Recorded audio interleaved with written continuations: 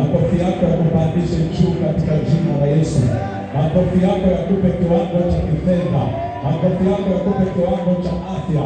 Watoto wako wapate viwango vya profesa, ya kidaktari, ya kiinjinia, ya ualimu, ya maarifa, ya fedha nyingi, ya biashara wakubwa. Mungu akupe mashamba makubwa, akupe magari, akupe neema. Madhabahu ya Jehova aliye hai ikuletee makuu, ikuinue viwango vya juu. Kera ashekerogosaya reke mandorogosaya. Mtu mmoja ainuke, Papanya mwana Toto apokee baraka nyingi. Ainulie mtu mmoja, abadilishie viwango vyake.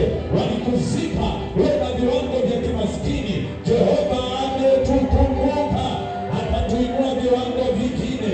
Walifikiri tutakuwa chini, tutakuwa juu. Walifikiri tutaliwa na simba. Yuko Jehova anayenyang'anya hivyo vinywa vya simba, tunakuwa salama. Sema amen. Ni wiki la ajabu sana, ni wiki la kutengenezwa kwenye viwango vipya. Madhabahu hizo zitavunjika.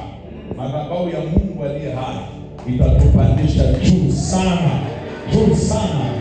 Ninaiona nuru katika siku hizi 8 ikiachiliwa hapa kwa namna ya ajabu. Mbingu zitatufungukia. Hebu sema mbingu zitatufungukia. Sema mbingu zitatufungukia. Sema tena mbingu zitanifungukia. Amen. Mungu akubariki sana kwa ajili ya utangulizi huo.